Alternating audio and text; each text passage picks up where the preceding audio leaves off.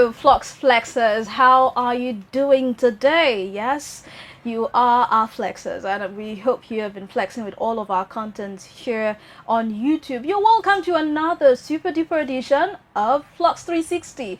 If this is your first time of tuning in, welcome. I mean, we are so glad that you're here. How did I see that song? You are welcome in the name of the Lord. Anyways, we are glad you're here, and welcome to the tribe. On Flux 360, what we do is we talk about everything that pertains to anything, whatever it is. We try to talk about it: life, love, relationship, any topical issue, and we bring guests on the show to have an in-depth conversation about it. My name is Evelyn Ohiole, and guess who is right here by my side? Hola, how you doing? My people, you look beautiful. Thank you, you too. My people, you're welcome to another episode of Flux 360. I hope you've been riding this boat with us together. It's another episode again. Let's go. Let's go. By the way, for today, it's going to be an interesting conversation. I can't wait to see how this particular conversation goes. How are you going to forecast this? Because Heritage, we've been always talking about us creating magic, and we say, oh, right here on FluxHide TV, what we do is we're media with a Bosca shape. True. And also we create magic with all of our content. But what happens when you have the real magic? The real magic right here in the studio. Mind blowing. Ladies and gentlemen, please welcome with us the mighty, dynamic, talented, unique Nelson Olowe, also known as Phantom the Magician. You're welcome. Thank you for having me. How are you doing, Phantom? Thank you. Why would you be asking how he's doing? He's looking good already. So, I mean, you don't need to ask that question. She? And I guess I think we all had probably a meeting, with the black and white and all. Oh, that's true. All of that. Okay. Yeah. So the dress code for today. Exactly. Maybe you guys caught on, because that's just my color. I mostly wear white and black. We would have sent you out as me, you're not wearing white and black. Right? Yeah, but thank God for grace. Yeah. So your color is basically white and black. Yeah, I just love white and black. Is I there don't like a too many story colors. to that? What? Is there a story to that? No, not really. It's just color preference and the kind of fashion style that I enjoy.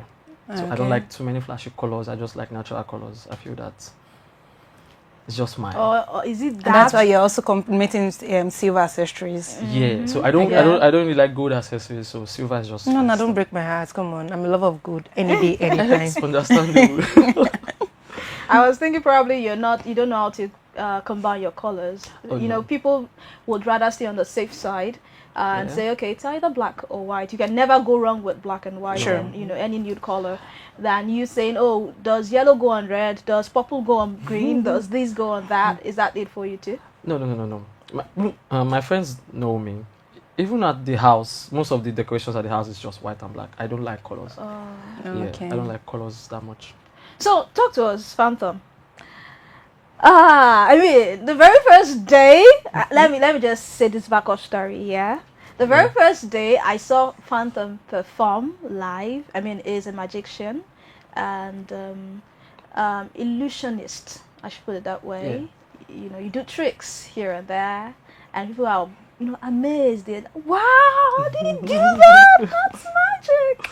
And the very first time I saw him perform, instead of me to be so wowed and amazed, I'm sorry, I'm not trying to put you down or anything. No, it's okay. I was trying to explain how you were doing all of that. In my head, I'm like, I'm sure this is how you did it. You're mixing the chemical in your head, right? You're mixing the calculations up. Exactly. I was like, there is no way that, no. I said, it's just tricks now. This guy is just fast enough. This guy is just... it was, I should also state here that it was an amazing performance. I was amazed, but, the journalist in me would always want to find out the hour. There has to be something. Exactly. So, talk to us. How did you meet magic? Okay. This will be like this is the 100th time I'm telling this story. Okay. So I think basically since I was pretty young, I just have this urge to wanting to stand out, and I was always drawn to the stage. You understand? So back then in church, I was in the children's church, children's choir, the drama unit, the dance, and all of that. So, but I just noticed that almost every single time that I got good at something, whether it be singing, dancing, or acting, there was always somebody that was, also good at that. Yeah. If not necessarily better, but you get me. Yeah. So there was always that. So yeah, it just kept on going until I actually came across magic one way or the other. And I just felt drawn to it. So I met, I think back then it was, it was one of the boys in church. Pretty cool guy. Okay. Yeah, so he usually had most of the ladies around, yeah. So he's handsome. Yeah, you can see that. You don't want to admit it. He's handsome. Come on, it's weird for you guys seeing other guys. Other guys. But yeah, he's a really cool guy. Yeah. So he did something once. I think it was one of these Indomine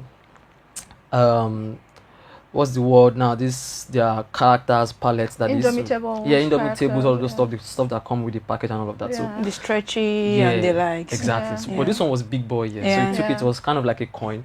So he called a few people around. Then I was just passing by. I was like, what is Shegun doing right now? Okay. So I was just looking at just from over the shoulders of everybody gathering around, and then took the big boy sticker and just waved, and the picture just disappeared, vanished. And it was just like the shadow of where the picture was before that was there. I was like, okay, what did this guy just do now?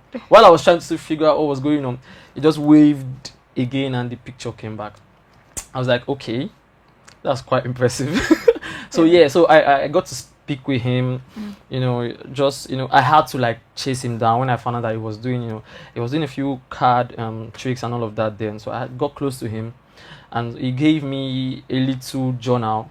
Not really journal, it was one of his jotters where he wrote down a few things, about magic, beginner. So he gave that to me. I paid a little something coming for him to be committed, Nothing to is put me through. Yeah, I believe that anything that has value, should be, even if it's not much, there should be a little bit of exchange of value. You understand? So, and that was like, I'm talking about, say 15, 16 years ago. Yeah, wow. That was when I was 15, 16 years of age. So yeah. So I took the book back home. He gave me a deck of cards, and that was all I had then. And I just got infatuated with it. I just loved the idea of being able to do something like that. I was one of the kids that have these wild imaginations. Like I could lie down in bed and imagine myself as Superman, doing all the whole Superman stuff for the whole day, and I would just be there in my own head. I stay up all night just trying. There was a time I was actually praying for God to give me superpowers. It was that crazy. Yeah. I felt like every children's dream actually. Yeah. Every single one of us. You want to be Batman, you want to be Thor, yes. you want to be invisible.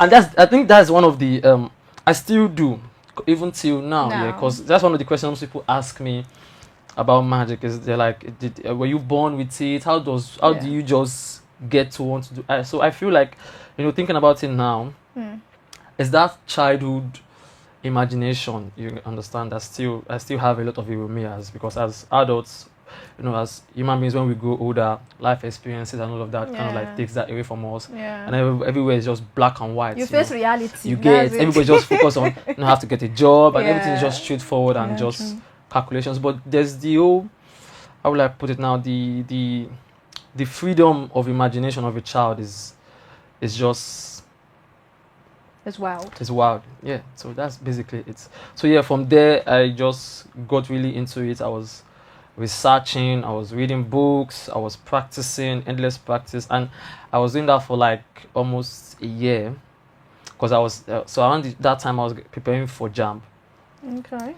Yeah, I did that for like almost a year until I felt confident enough to actually do any form of magic. Did you use that for JAMB? Like probably some abracadabra for Come JAMB? on. I don't know if I'm supposed to even say, so you don't go and pull back my results. It might be too late, but you actually put some stunts. No, not really. You didn't do anything? Nah, I aced the exam naturally. A quick one. I was even about to ask you, how did name Phantom come to play? Okay. Or is it Phantom X, Techno, Phantom X of a thing? Okay, yeah. So back then there was this cartoon we used to watch then. And in the cartoon there was a character. It was an Egyptian magician, basically, the character. So he was always doing magic.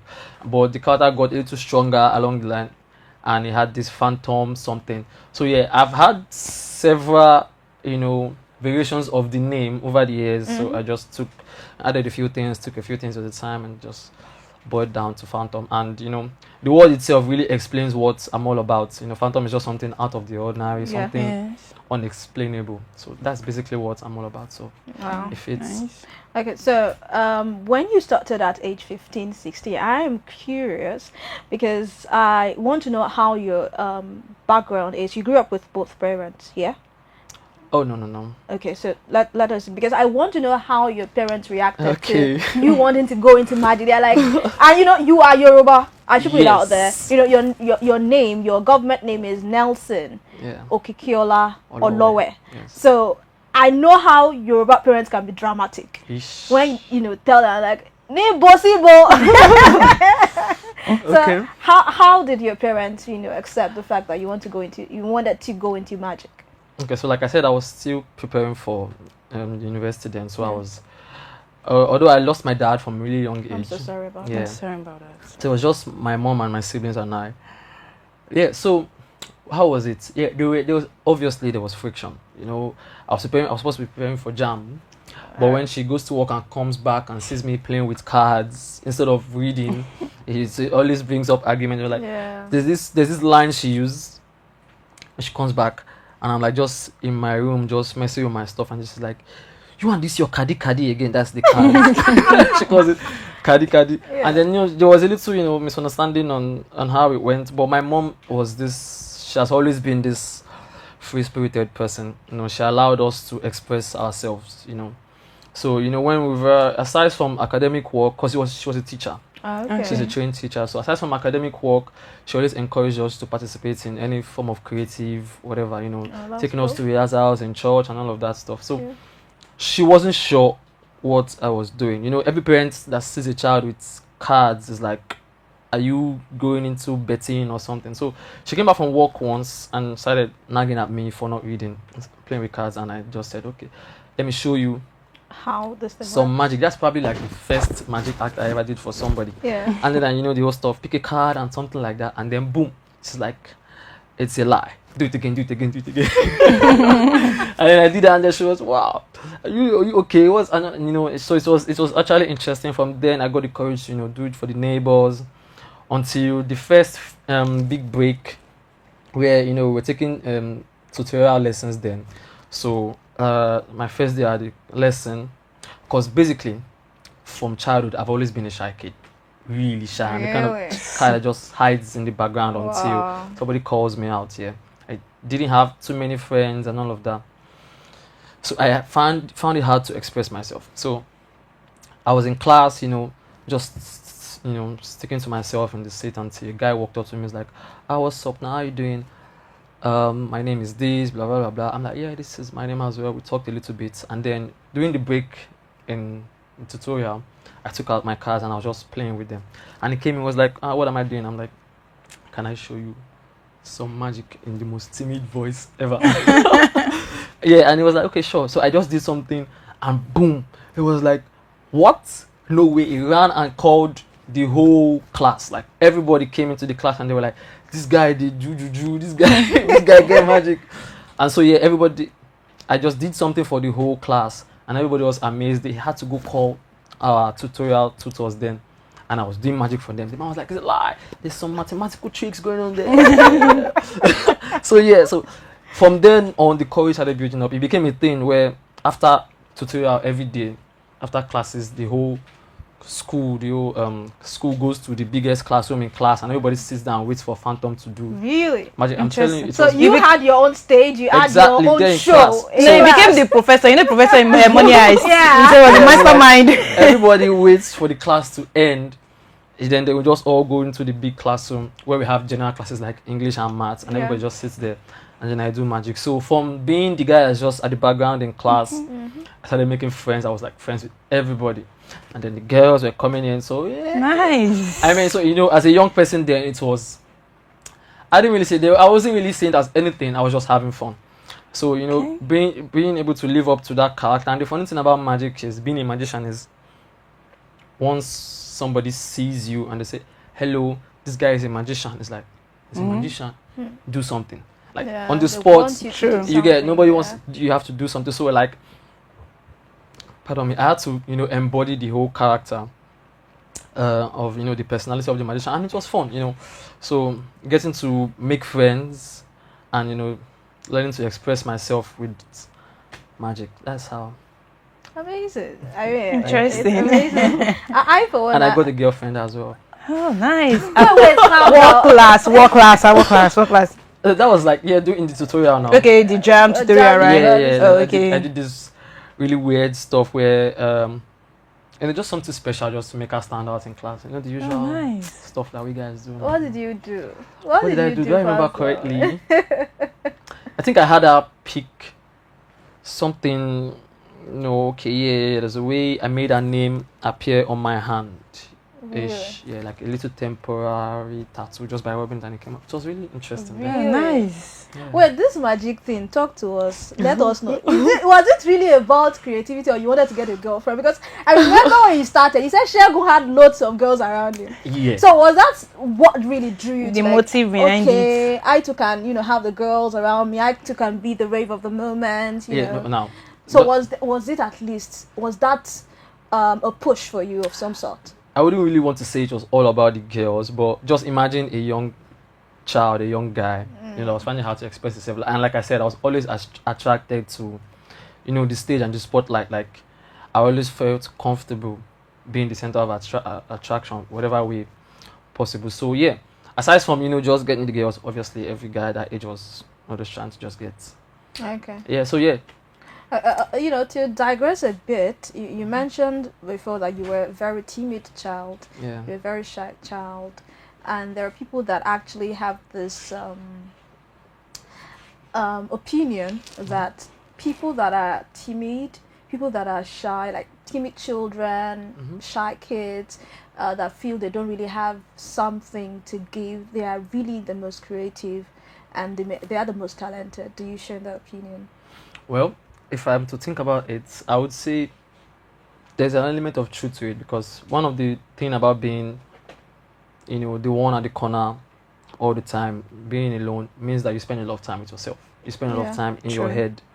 You understand? So, why most people spend their energy, exerting energy out, you conserve a lot of energy. So, you think of things way ahead of people, because you have the whole time. You don't engage in so many conversations. You read the room a lot more than most people. You are the shy one, but the person that is probably a liar. You can just read the room because everybody just overlooks the fact that they're there. So I think that most people that spend time alone, especially the introverts, are actually quite intuitive, because they think about things outside the box. They see the room or see the world from a personal perspective. You get like looking at the picture outside the picture, while most people are just engaged in all of the activities. They just see it like a movie. So yeah, I guess there's an element of truth to that. Truth there. Heritage. All right. Has there been a point in time whereby you did the magic and it actually failed? Oh yeah. Now shared experience. I want to hear. Okay, so it's been like 10 years now. I've been doing magic for like 10 years now. Nice. So obviously, anybody doing anything for that long was obviously have ups and downs. I've been to a few places. I've seen failure, a fair portion of it as well. So yeah, but that's where experience comes in. When it's just like every other performer out there, everybody makes a mistake. But being a performer, being an entertainer, the way you carry the mistakes, because one of the fun parts is that most people don't know what you want to do. So they're just here to see you have fun. So you having fun on stage directly just translates to the audience. So of course there could be errors, but a professional will always find a way to cover. So what did you do exactly and what failed? Okay, there was a time where I tried reading somebody's mind. Okay. Yeah, and I came up totally blank. So I was trying to read this person, and because some people intentionally try to make it harder for you. You understand? So I was just trying, and I was getting nothing entirely. So I feel like when I eventually got something, and I told them what they were thinking of, and they were like, it's wrong. And it was kind of like a really big program. I forgot where I was. I was with a few prominent individuals then, and it was my manager took me to meet a few people, but he trusted me that I was going to still come true. So after that whole mess, I was like, okay, you know what? let us see how we can fix it. Then I did something entirely else. And once you do something that still impresses, they just forget about what happened. So the audience knew that you messed up. I mean, it depends. Okay, yeah. At that instant, it will be obvious because the person is going to antagonize it, right? Yeah, the person is going to be like, I was wrong. This is not what I was thinking. Yeah. So I just, one of the few things you learn as a magician is you have to be able to manipulate people without them even knowing. Just by having conversations. Manipulative, but you can just, you have to like change the topic, change the whole conversation. They already knew that you didn't get it right, so I don't know, you can just give. Me telling you the full details now might just kind of blow your cover. Yeah. So I remember this other instance where, I was doing a set. I was on a set. I was performing stand-up magic. I had like a full lounge, watching me. I was doing this stuff where, okay, let me see if I can explain this one. I had a nail. Okay. A nail attached to a wood, so the nail is standing like this, and I placed it. Most people that know me remember this story. Yeah. So I placed it in the whole trick is like the routine is like a Russian roulette type of something where you're supposed to pick something. If you get it wrong, you win a prize. If you get it right, you are in danger. So it's like there's a nail in a paper bag, and there are 4 paper bags, but there's a nail standing inside one of the paper bags. So we put the nail in, I turn back and close my eye. A guest and a spectator comes on stage, mixes up the whole stuff. So this way I don't know where the nail is, nobody knows where the nail is, right? So I now ask the audience to just point at either one of the bags. So when they point at the bags, like this Squid Game type of something, so when they point at either bags, I have to like use my hand to smash it. So I mean, it was going great. Everybody was having fun. It's a kind of a comedic, interactive kind of performance, and it was going great. The first one, and it's very suspense filled, because and the funny thing is, I've been doing this for a while. That was my first time doing that set, So I smashed it. Great, okay, fine. The nail is not there. Everybody's like, So now, it actually gets riskier. Yeah, because there was 4 bags, now it's 3. So now they mix it up again. Somebody points at another one. Bam, it's now remaining the last 2 bags. So they pointed at it. And I was like, this one, yes. This one, yes. So I'm actually supposed to play the game with a spectator. So when they pick one for me, I smash. The next person is supposed to be the one to smash. So we go down to the last 2 bags, either way, and then it was my turn. I think if you still check my hand, you're going to see where the nail. Are you kidding? I'm telling you, I was on stage. The nail went straight through my hand and came out on the top here. I was like, never happened before, and I've done that set, but I was like, wait, what? I was laughing at myself. On stage. Wait, blood was gushing out? No, okay, so the blood didn't come out immediately. That was supposed to be the last set of the performance though. So I was like, ladies and gentlemen, this is why you should not do this at home. But they still loved the fact that it was a risky something, and they gave me a round of applause. And I ended the set there. And when I got to the bathroom, that's when the blood started coming out. It was crazy. And the thing is, I had just finished a show. Like I did a show, Maze of Relations, then I just finished. So the next day after I got back to Ibadan, my crew and I were supposed to go for a little retreat and all of that. It was a messy period, but it was fun. It was still funny to me though, because it had never happened before. I think that has to be like the biggest mess up that I can remember. And the audience felt it was all part of the show, because I loved how you ended it, and like, ladies and gentlemen, that's why you shouldn't try this at home. And everyone thought, it's part of the show. Because they now understand how risky it is. That particular art is. So. I really entirely loved what you did there. I think it was spontaneous, and I think it was very creative, and that actually shows that you're a master in the game, and you know what you're doing. So let's go back to your journey. You know, I want to know when exactly you started making money from magic. When you decided, okay, I want to take this as a career and not just some exercise to not just a hobby. Some exercise to bring in the girls. I must always get back to that. When that was years ago, guys. Don't take that personal. Okay, they got the memo. But then let us know when you knew that magic is the way for me. This is who I am, and this is what I'm going to embody going forward. Oh, okay, yeah. So I think that would be say about 4 years ago, Okay. 2021. So you've always done it as a hobby? Oh yeah, it has always been a hobby, something I just do for fun, Wow. Okay. I can't really remember any. Oh well, so but probably when I was in school, University of Ibadan, there were just a few. Oh, there's this department thing coming up. Oh yeah. So I think yeah, because I like one of the things is when I actually got magic, like I said, it brought out a new personality in me. So instead of that guy that just stays in the house all day, because I literally stayed in the house all day, just me and the TV and just whatever it is I felt like doing in the house. You're part of those get inside. Yeah. I wouldn't really see get inside per se, because means if I do street small, but I just didn't. Okay, probably I just didn't. At one point, I just didn't feel the urge of just being Going out there, out, because yeah. everybody was just there. Maybe I was focused on getting into school. I don't know, Okay. but I was just indoors back then. Okay. So when I eventually did get to school, I felt free. Okay. Yeah. So yeah, I moved around a lot. I took the first challenge I got. Right, there was the face Freshers night. Oh, this freshers, of the okay. year, on campus then. So I heard about it. I was like, boom, this is the chance. Okay. Yeah, so I took the form.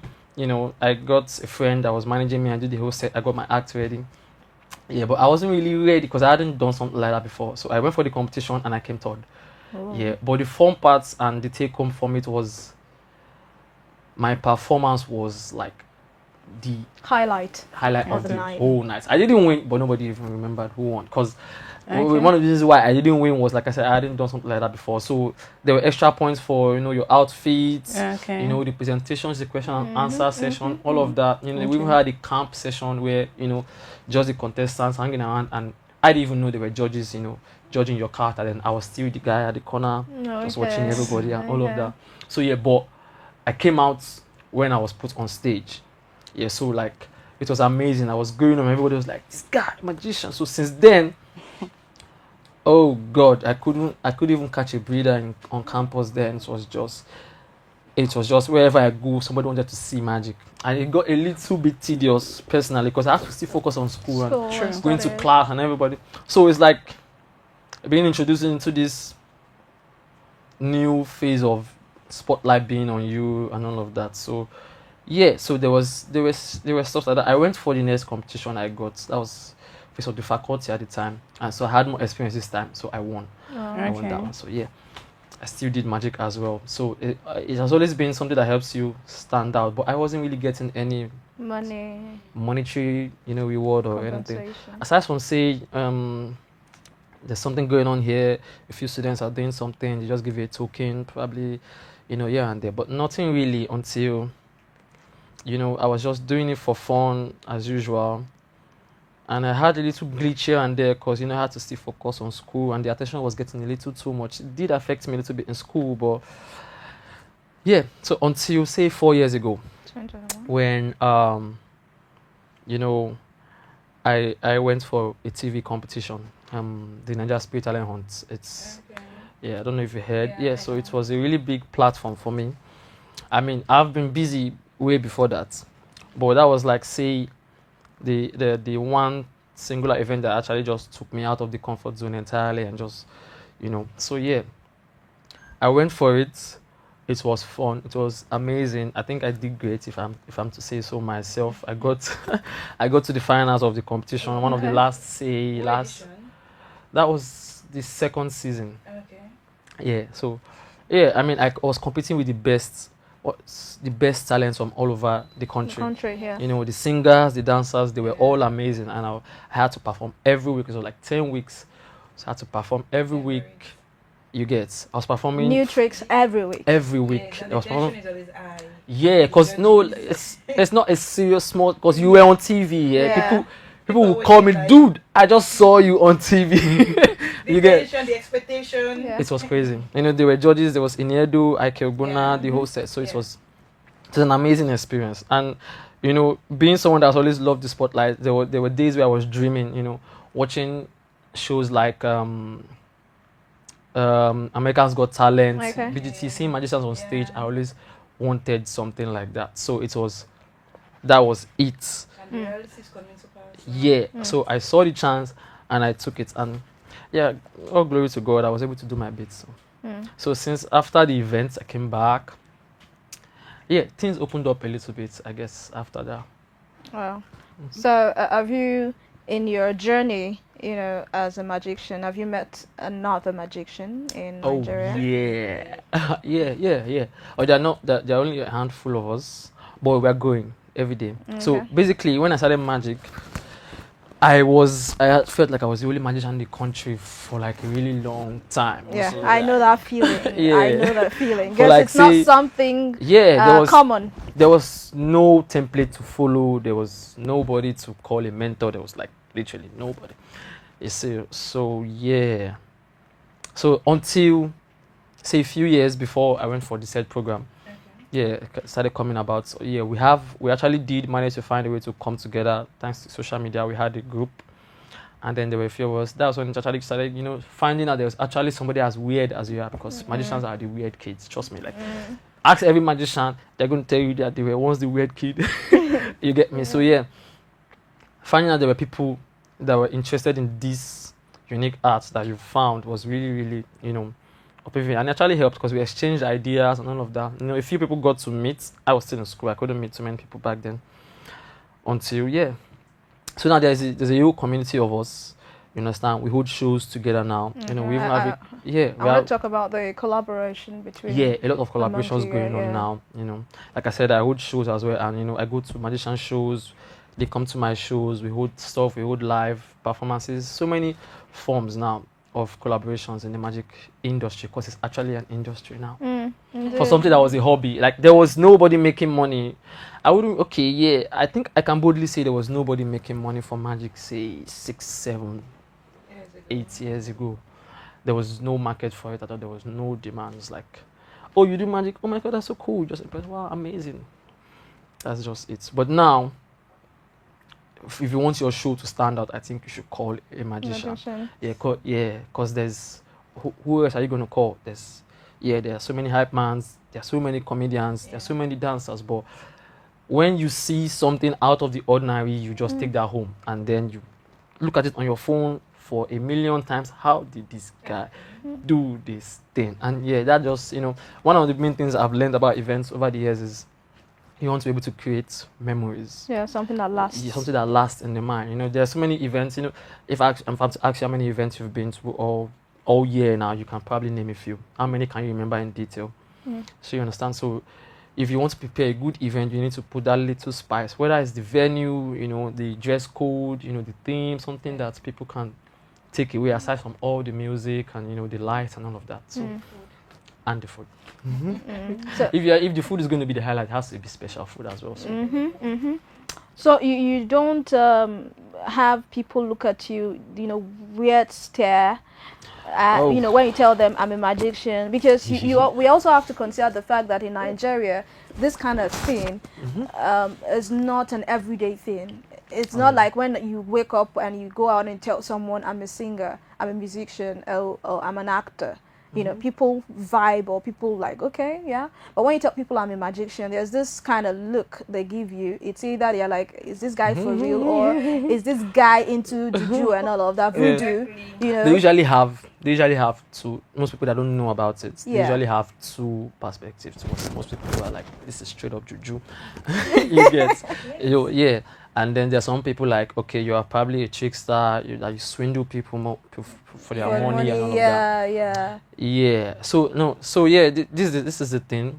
I mean, it's understandable because of we are on this side of the world here. But magic is actually one of the oldest forms of art in the world. Like, it has been since the days of the kings and the queens back then, when they wanted to have these banquets. They call, you know, the magicians, and these said kings did have magicians in their cabinets, you know, that they seek advice from. So it's a really, you know, it's a really ancient art, so to speak, probably older than some of the arts that most people are used to.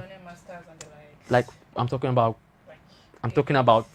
the Iron Age, when they used to wage war with swords and shields. Yeah, so it's really old. But on this side of the of the world, we have this diabolical angle perspective to looking at it. for it. Yeah. So yeah. So I think currently now, civilization is actually changing a lot of things now. So most people already know about it before they meet you. Yeah. And when you have to convince somebody on the spot, you can easily just tell them, nah, come on, it's just illusions, and you're going to be safe.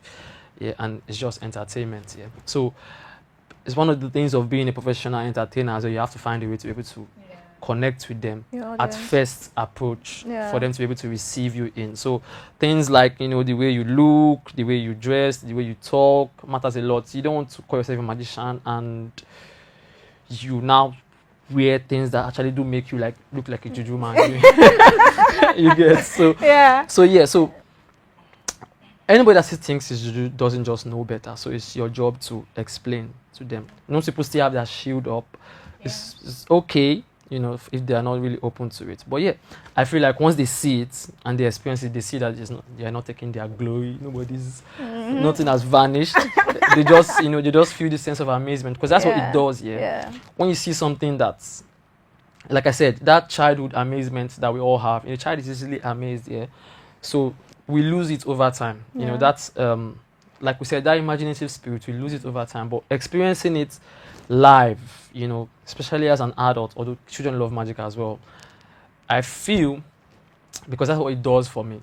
It has actually taught me over the years that anything is possible. So you seeing it physically is just a physical representation of something that you actually felt when you were way younger, because children could believe that anything is possible. You see a child, really young, ask him what you want to be in the future. He's saying he wants to be an astronaut or whatever. He doesn't even know how the process to achieving that is going to look like.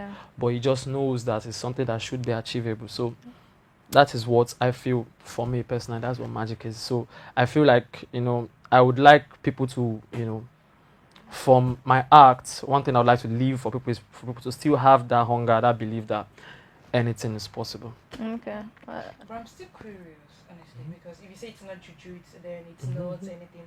So is there any art of science compilation to the art of magic or something? Okay, so when people ask me this question, I used to say it like this. There are tricks, there are illusions, and then there's just pure magic. Now, all of those three, what's the word now? Categories. Branches, or what do you call it now? Categories. Yeah, categories just depends on who is witnessing it. Do you understand? So it depends on your perspective. I don't like to dictate the perspective to the spectator. I just want to present to you. You understand? So some people can see what I do and just say it's juju. You get. And I'll look at them that if I convince you that it's not juju, it might take away the wonder and the amazement from you. But even if it's juju self, how often can you see somebody come and do actual live juju with all the cameras? Sometimes to me self, I haven't really seen any real juju act. Except somebody is going to come with the whole herbalist stuff and vanish right in front of me.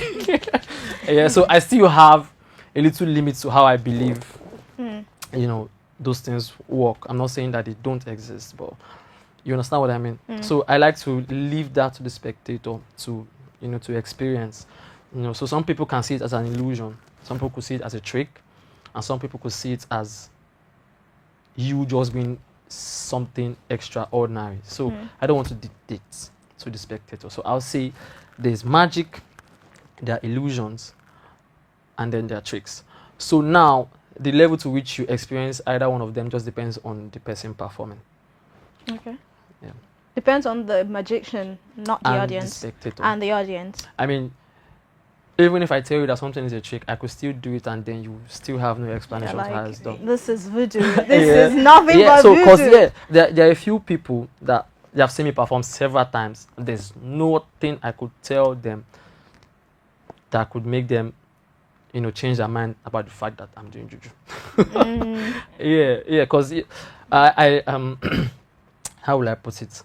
I mean, I've done some stuff. I've vanished on stage. I've made things vanish. Vanished on stage. Oh, yeah, I did that. So how is that an illusion? Wait, I don't understand. You vanished. That is voodoo. That is juju. I've done that. I've done that a few times already. So And there's still more that I still plan to do. So there's like, it's just up to, I feel up to the spectator to just enjoy the art. So when you like you were in front and it just boom, and Yes, now they couldn't see you that's anymore. in here, do. Interesting. Yeah, Okay, you did that at yeah. the competition. Yeah. You can look it up on just search it on Oh. YouTube or something. You see there she literally fell off her seats. Okay, so let's go into your personal. I want to get personal with you, your personal faith, because people would want to know. What do you practice? Are you a Christian? Are you a Muslim? Or you're just a free spirit, free person? I want to know, because I want to know how that connects with what you do. Okay, I am a Christian. You're a Christian. Yeah. Practicing, Practicing. believing Christian. Believing Christian. So wait first before you go further. When your you attend a church, you have a pastor. Sure. So when your pastor asks you like, Nelson, bro, Nelson, what do you do for a living? Like, you don't tell the pastor, I do magic for a living. I mean, how does that, living that kind of life? Because I can imagine how it is for you when people know that you're a magician and you're coming to church. They're like, how can this guy be a magic? He's into voodoo and he's coming to church. And, how do you marry it? Okay. Nakolabo. Right. So, okay. Yeah, so over the years I've had my tussle with religion. Yeah. I think everybody should, while you grow up, you should be able to question a few things. So I have, there's the version of me that you would have met at some point, and I would have told you that there is no God. Okay. Yeah. Interesting. And I would have Okay. given you facts to back it up. This was when? That's like a few years ago as well, until I had my own experience. I had, let's say, my own encounter. So now I do see the place of God. And yes, so I'm a committed Christian. I have a church. I performed in my church a few times as well. Yeah, so but I think You performed in Yeah. church? yeah, so it depends. Oh, you did not turn the pastor to a rat. Sorry. No. So this is how it works. If you ask me what I do, Yeah. I'll tell you that I'm an artist. You Okay. understand? So what I do is I use objects and I use scenarios to create impossible moments. You understand? So it's like the way a painter would use the paint, the canvas, and the brush to create that image. I would use whatever it is that would be required for that particular set to create that experience of the impossible for you at that moment. But unlike the artist, there's the physical representation of what was created. Yeah. But mine is not just that; it's an experience. You understand? So once you understand that, that's why I said it just depends on who is watching. So I would say my church, they are enlightened. I wouldn't see something like that flying in a lot more churches that are a lot more, what's the word now? Religious. I wouldn't really say religious because I don't think it makes you more religious. Not understanding, what Art. magic is or Yeah. art. I don't think that makes you more religious. It just makes you, is it not exposed Not or exposed, yeah. you just don't know what's going on. Yeah, and it's understandable. Yeah, I'm not going to judge you for that. So that just means that I have to, be careful with who I present my stuff to and how I present it to them. So I wouldn't come to you straight up and tell you that.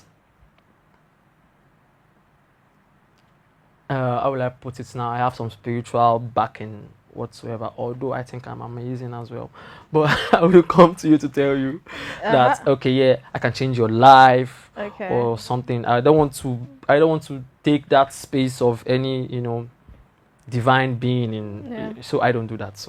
So what you do is just pure art. Yeah, just pure. And sometimes what I even did, if I remember when I performed in churches a few times, there's a way most people don't know, but you can tailor magic to a theme as well. Okay. There are people that tailor magic to religion to a topic. So I performed a set that was talking about God. Do you get? It's almost like a ministration, so to speak. So that's how magic is that flexible. Over the years, I've been able to present it in various forms. Like you saw the other day at the show, it's kind of like performing with the music. Yeah. I've done it. With the other day, my crew and I, we have an event. One of a kind, hasn't been done anywhere in the world. First ever live magic stage play. So it's a stage play, but with magic in it. Infused. So when you watch movies and you see magical stuff, it's usually just the whole editing and all of that. Yeah. Mm-hmm. But this is you watching Live a and play direct. live. Like if somebody is vanishing, the person is vanishing there, and you are. It's not on TV. Mm-hmm. It's not on the phone.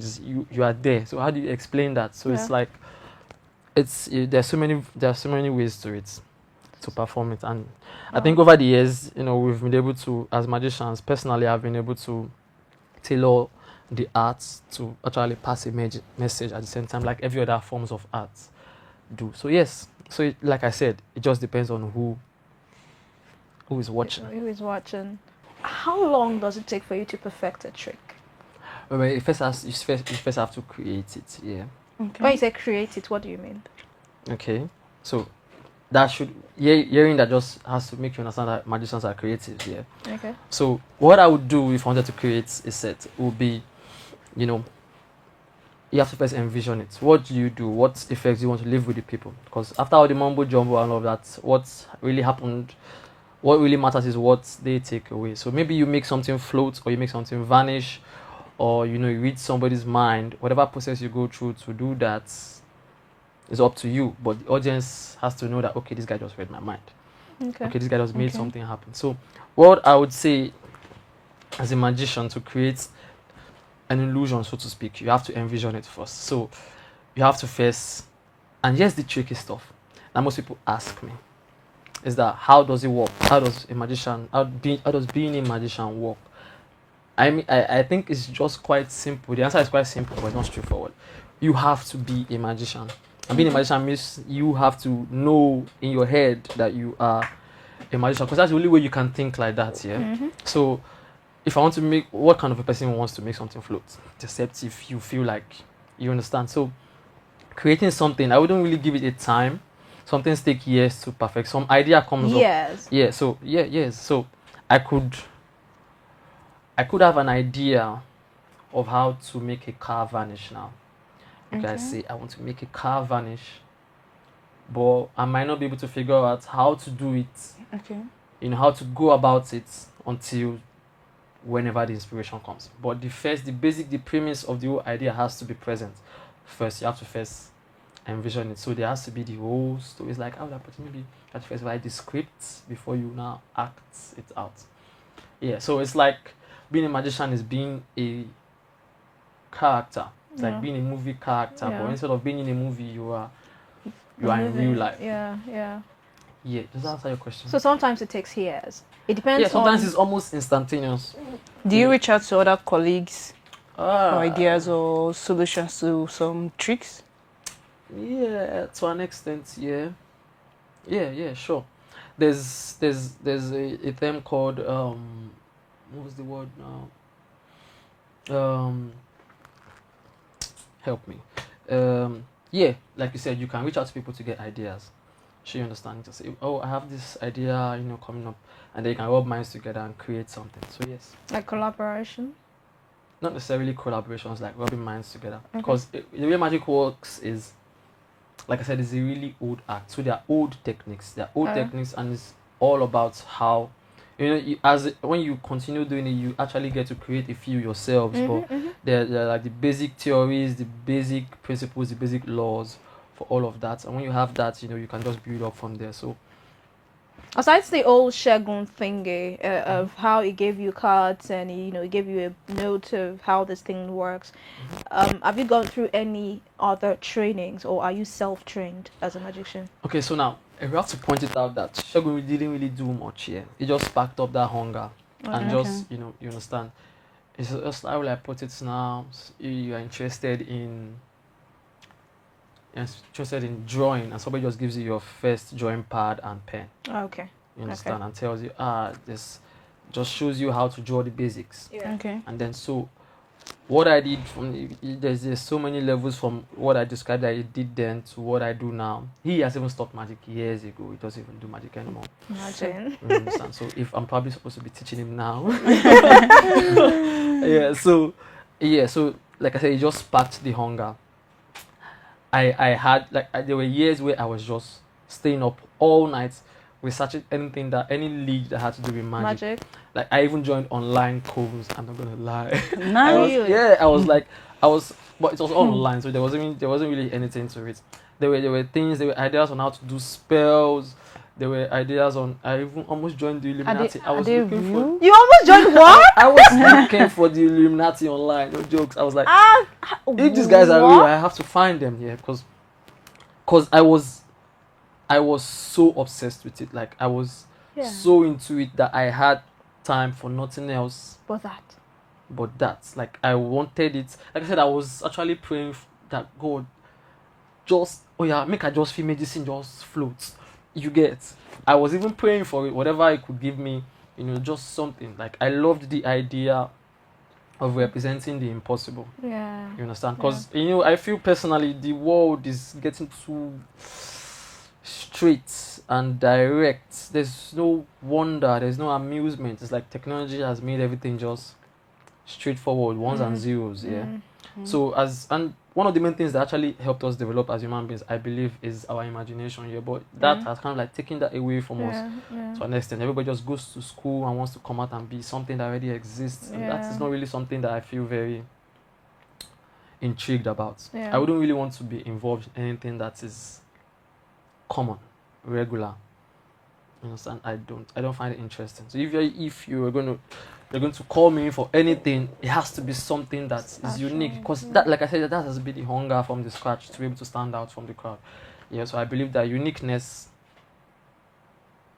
is what, unique ideas, unique perceptions, unique everything is what is going to, branch out the new level of humanity or whatever one can use to refer to that. I mean, you were really obsessed. When it comes to magic, I think the only time that I felt, I'd love to be a magician was when I watched the series Merlin. Oh, okay. Yeah, in fact, I learned a few spells. Yeah. Even before Merlin, there was this movie, Harry Potter. Yeah, Harry Potter. Harry Potter. Then I think that was everybody's dream. Yeah, but I think for me, when I watched Merlin, Merlin was like the wave of the moment at the time. It came in series, and you were following, and it was more like a classic series. Yeah. It was shot. Back then, we had characters of the Morgana and all of that. That tells you how way back. Yeah, way back. So because I learned some spells. Sometimes I would be in my room and I would just say leve, like King Give. Now imagine if that King Give the magician. I'll just look at an object. I would use my hand. I'll say leve. That's just it. I would want to put on the stove back then, and I would like Berne, because then I think Berne is for love. If you want to put on a fire, small fire. The Inferno is if you want something to blow up and all of that. I had all that in my head, and I remember I really wanted to make some things move. Like if I wanted to shift a chair from here to there, because it was a series I was watching like from time to time. So and you were so into it. I was engrossed, and I remember going to read about magic, read about magician. What did you read? It was way back, and the time I think when people really saw magic and knew magic, especially in Nigeria, was during the time of Professor Pella. Okay. And the magic it did back then. That was like the only magician I have heard of, a Nigerian magician I have ever heard and read of. I read about him and all of that, and some of the tricks and magic. In fact, some people believed that Professor Pella did voodoo, not magic.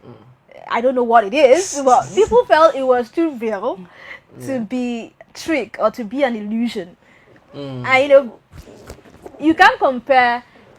Okay, let me not say you can. Let me just ask you the question direct. Yeah. Okay. Like comparing the magic of those times, like during the time of, let's say, Professor Pella's kind of magic and illusion, and what you people now have magicians do, how can you compare and contrast it? Would you say what they did back what Professor Pella did was illusion. They were also tricks, or they were magic. I'm sure you would have seen 1 or 2 videos of him doing all of that. Yeah? So would you say that what he did back then was pure illusion and tricks, or would you say there were elements of voodoo there? Because people believed that Professor Pella was very powerful. In fact, there were some people that said that he was too powerful, that the only time they could get him was when he was praying, when he was praying he had to leave all his charms and all of that. I don't know how true that is, but I'm just saying, if you had to compare and contrast, how would you rate it? Okay, rate myself with him. Yeah. I never met him. Of course. Yeah, so I only have a few clips. But I think if I am not the best magician in the country, I have to be among one of the few. Ooh. In the whole, let's even say the country, the whole Africa. of Africa. Yeah. Yeah. If I'm only going to mention a few, I can't mention the top 10. I probably can't mention more than you. If you made your research, the magicians in Africa are the best top 10. If I am not there, you have to go and make your research again. Actually, I've never ever seen any other magician aside what I heard of Professor Pella until I saw you. Now, the reason why I was not, I was wowed, I was amazed at your performance. Like I said, you killed it. It was a flawless performance right there at the show. But why I was not, would I say fascinated, was because I saw a movie some years back, Now You See Me. Yeah, so that movie showed, or will I say gave like an expose on what magic is, how it works, how the illusion and the tricks work. So anytime I see someone perform, I like, UK, I know how you did it. Don't worry, no, it's just simple. So now with that, you already answered the question here, but let me just put it plainly. Now you see, when Professor Pella, this person was speaking then, when he was performing those days, that was the time that people were at the moment. It's like how will I put it now? Have you seen Michael Jackson dance? Yes. See the moves that he did. If Michael Jackson was to be reborn now, most of his moves would probably look pretty weird. Don't you think? True. Yeah. So now that's just it.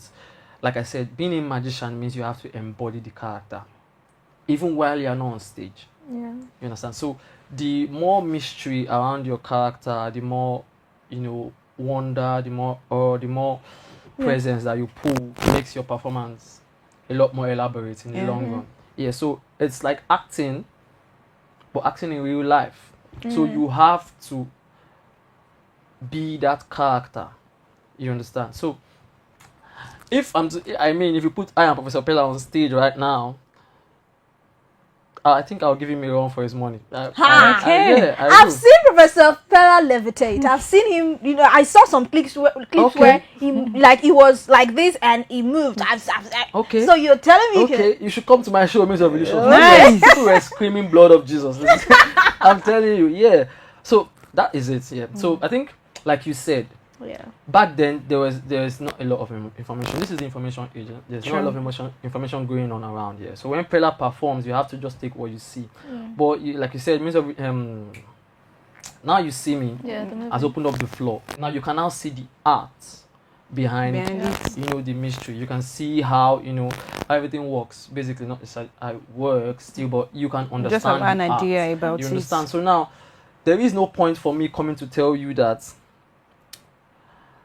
I am a divine entity that fell from space. Yeah. Like most people like to do. Yeah. Some people tell you they are an alien. Some people tell you that they were born with magic powers. Yeah. I don't really see the need for that. You understand? Still doesn't mean if you can best me on stage. I mean, you can give it a try if you want. I am a spectacle. I am an entertainer. I am that one thing that you see on stage and you witness and you be like, ooh, this guy is good, and then you give me a round of applause, which is what every performer gets at the end of the day. I don't want you to worship me. I want you to be entertained.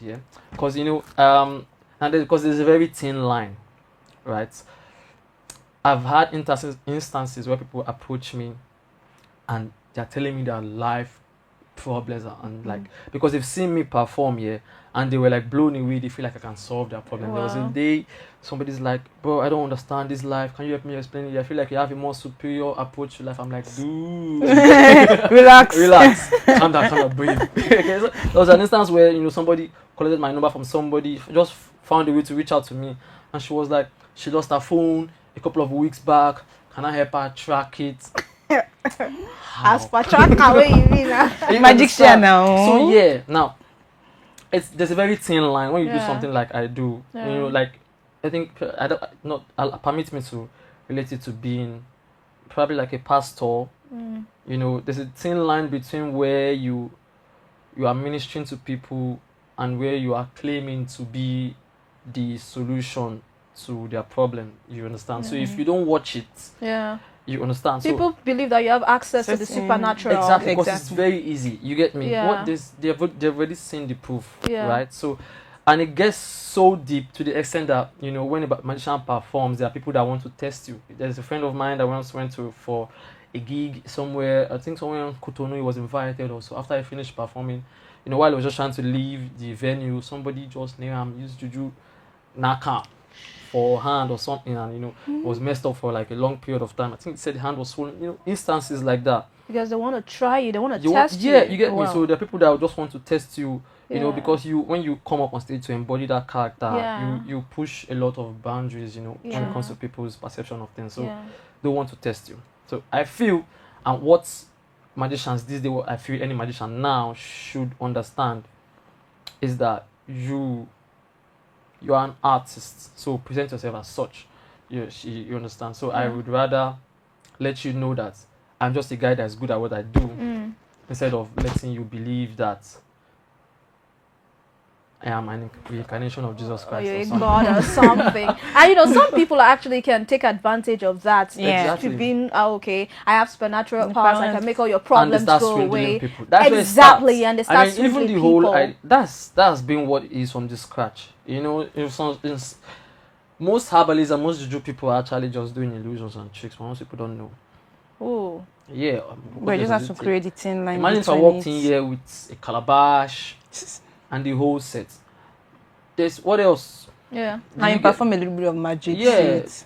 You get me? So there's nothing else to make you believe that I am not what I say I am. Yeah. So we're in the information age, and news spreads fast. In order not to to drag your audience, like I said, what I'm all about, what I believe, because I feel everybody has a drive and purpose. Like I said, I believe what I want to do with my art is to inspire people. Okay. I don't want to have you thinking that I can be something to you that I actually can't. Okay. But I can represent something that can make you believe in yourself a little bit more to be able to solve that said problem that you have. So I am not the solution to your problem.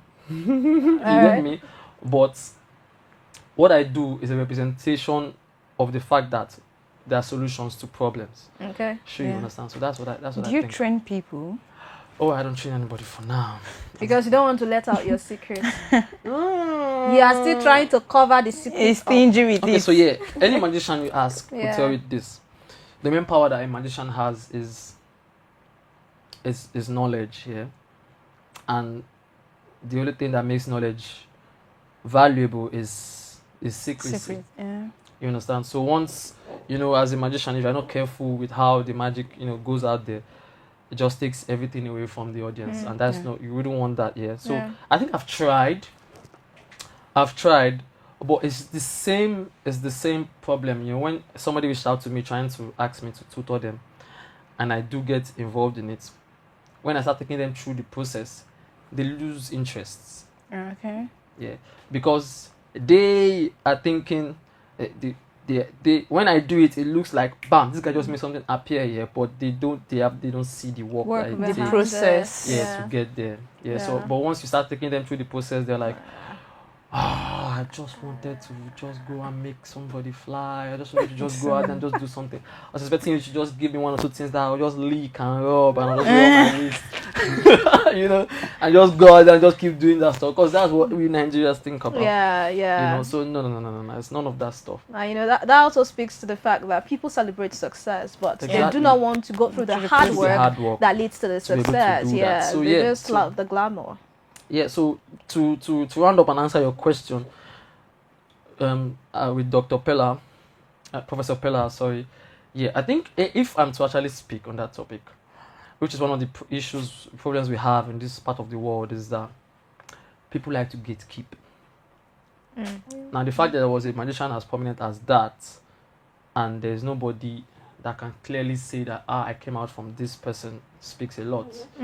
Yeah, because most of the magicians that you will meet now, when you ask them who your mentor is, they're going to call somebody outside the country, somebody. Yeah. You understand? But there was actually somebody that was doing that here, but they held on to it so much. The family, I think, held on to it so much that they didn't find a way to pass it on. And one thing about magic is the only way to keep magic alive is to have more prodigies, magicians. But is that not what you're doing? You're not giving the idea to someone else. Oh, no, it's not. I'm not giving the idea to somebody else. But like I said, this is it. It's very delicate. You can see, for example, now if I told you I could teach you, you would like to learn, yeah? Yeah, but if you don't really have the hunger, you see how I was searching for it, yeah? Okay. Yeah, if you don't really have the hunger, you will lose it. You understand? Over the years, because it's not going to be a instantaneous something. Yeah, it's magic is one of the acts where you guys don't get that walking sha. You understand? For you to be able to have that confidence to be on stage and push out that character, once you see a 10 minutes act, there's the endless night practice and rehearsals and all of that for me to be able to come out and tell you that at every given moment when I step on stage, I'm going to amaze you. Yeah. There's been a lot of work that's been put into it. So yeah, if you meet somebody that is not as, that you don't see that same fire that you had, there's no point. Okay. Yeah. Okay. So one thing is, if you want to be a magician or learn magic, you have to already be looking for magic. You have you understand. You have to already. The hunger has to be there, has and to you're be there. searching by yourself. Yeah. And the funny thing is, you don't even need me to whatever. What I can do is once I see that you've started, I can just point out. I can direct. I can say, okay, this how to do this. Do this. You can do this to make this better. You can do this to make this better, and all of that. Okay. Okay. All right. It's been a wonderful conversation with Phantom, the magician, and we've been talking about magic all the while, and I think it's just right, especially for our audience. It would not be nice that we had a magician in the studios and he was not able to perform anything for us. So we'll go on this short break. It's a very, very short one. When we come back, Phantom would be doing some magic. Who knows? Probably he's going to be turning Heritage to a rat or something. Why now? Why? But whatever it is, you're going to see it live on camera. And we are going to be watching closely because I want to see how this thing works. I've been, while I was on stage, I was saying, let me just get close to this guy. I'm going to catch him. So right now, I'm so close to him and I want to catch him. I want to know how he does what he does. So do not go anywhere. Stay right here on FluxHide TV. We'll be back with some magic.